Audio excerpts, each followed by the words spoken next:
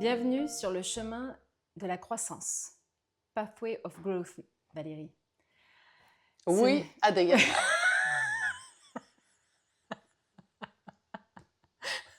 Ouais, c'est un gros dossier, c'est un gros chemin. Ça nous a mis, on a mis plusieurs semaines à le faire, même sans l'étudier directement, en le relisant puis en préparant le tournage, j'ai réalisé qu'on le faisait vraiment en parallèle.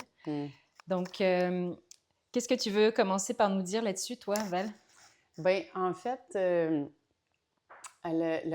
c'est 3 chemins. Hein? Fait que initiative, croissance, service.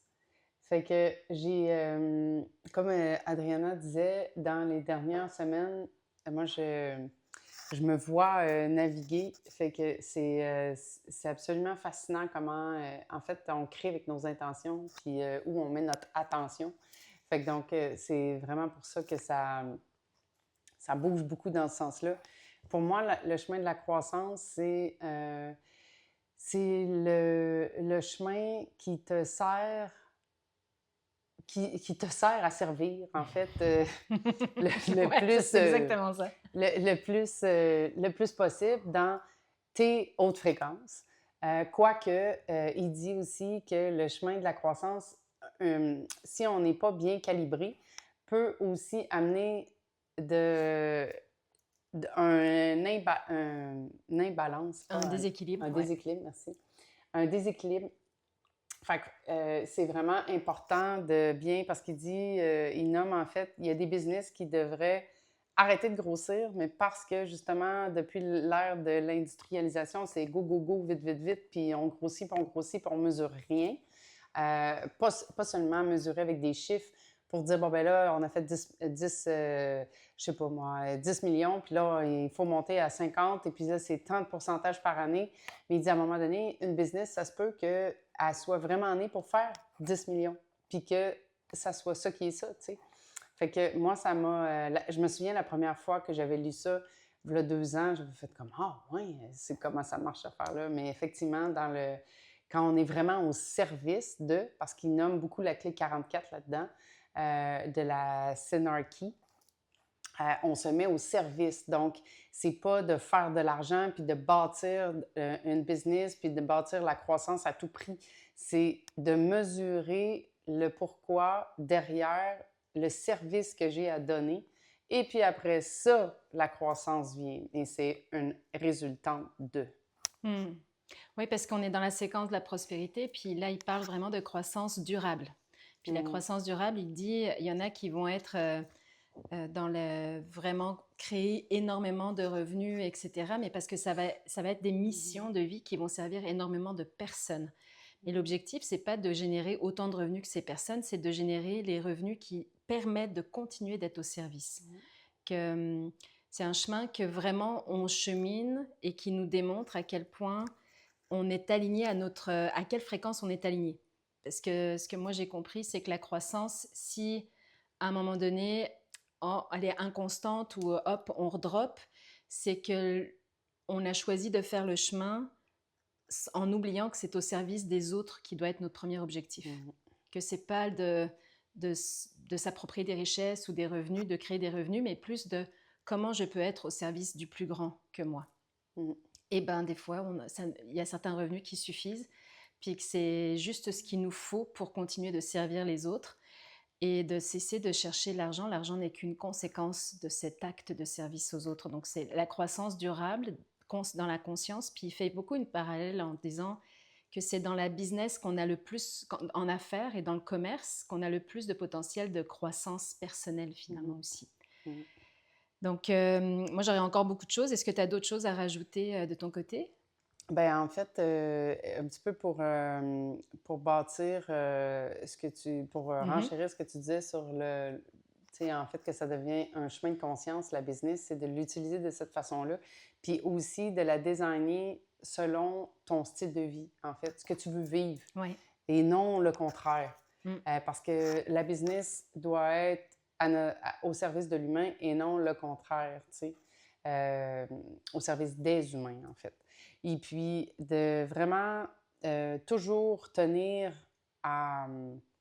de près l'ego. là-dedans parce que quand l'ego s'en mêle, c'est là qu'on va faire les choix pour bâtir la richesse plutôt que la prospérité, qui est une grande différence.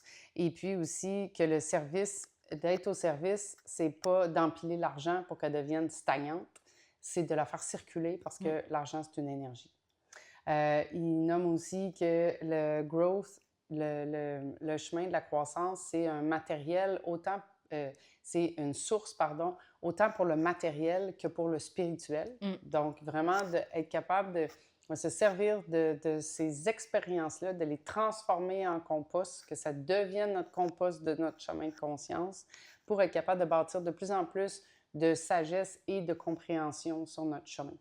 Puis que pour ça, c'est hyper important. Il dit dans ce chemin de croissance, donc il part de la sphère de la culture vers la sphère du brand, c'est d'avoir une vision très claire, puis d'être clair aussi avec ses relations.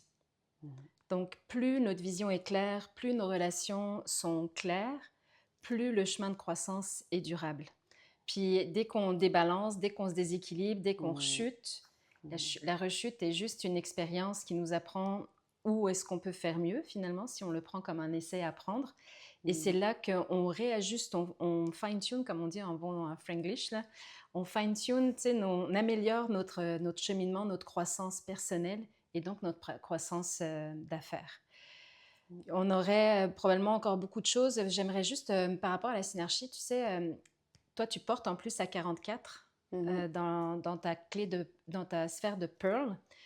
Et la synergie, il le mentionne en disant, tu sais, c'est pas comment on organise et on crée la synergie, c'est comment on permet à la synergie d'exister dans ce chemin-là.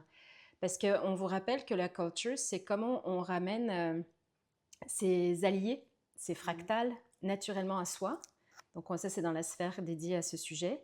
Puis dans le chemin de la croissance, c'est comme une alliance entre un équilibre entre notre capacité à ramener nos alliés à soi, puis notre capacité à designer la business et à laisser être cette alliance avec nos alliés, nos plus pertinents pour notre vision claire. Puis on s'en va vers la sphère de brand qui va nous apprendre un peu plus c'est comment on l'exprime. Puis c'est vrai que, vu que justement, c'est pas de créer la synergie, c'est vraiment de la laisser être, bien, ça invoque aussi le fait d'être en mesure de vraiment laisser aller l'intuition, puis de vraiment écouter. Fait que donc, qu'est-ce qu'il y a besoin d'être et puis qu'est-ce qui est requis présentement. Plus on transforme notre écoute, puis là, l'écoute, c'est l'écoute active. Donc, c'est pas genre, j'écoute parce que là, j'ai besoin de parler, parce que là, je vais te répondre qu'est-ce que j'ai déjà à dire. Non, c'est vraiment, je me tasse du chemin et puis l'ego, je laisse, il a le droit de réagir, il a le droit de mettre en dedans. Et puis, le reste, ben c'est vraiment d'être présent à l'autre et puis d'écouter et de laisser aller. Donc, il compare ça à... C'est la touche d'un jardinier qui va tout simplement écouter ce que la nature a besoin présentement, soit d'arroser, soit un petit peu plus de soleil. La tomate, elle a-tu besoin de l'extérieur d'une telle façon? L'exposition et tout ça. Donc, c'est vraiment de se placer dans cette idée-là qu'on est au service de la nature, donc de tout ce qui vit, incluant les humains. Exact. Il donne l'exemple aussi des ruches, les abeilles. La reine, elle ne crée pas une synarchie.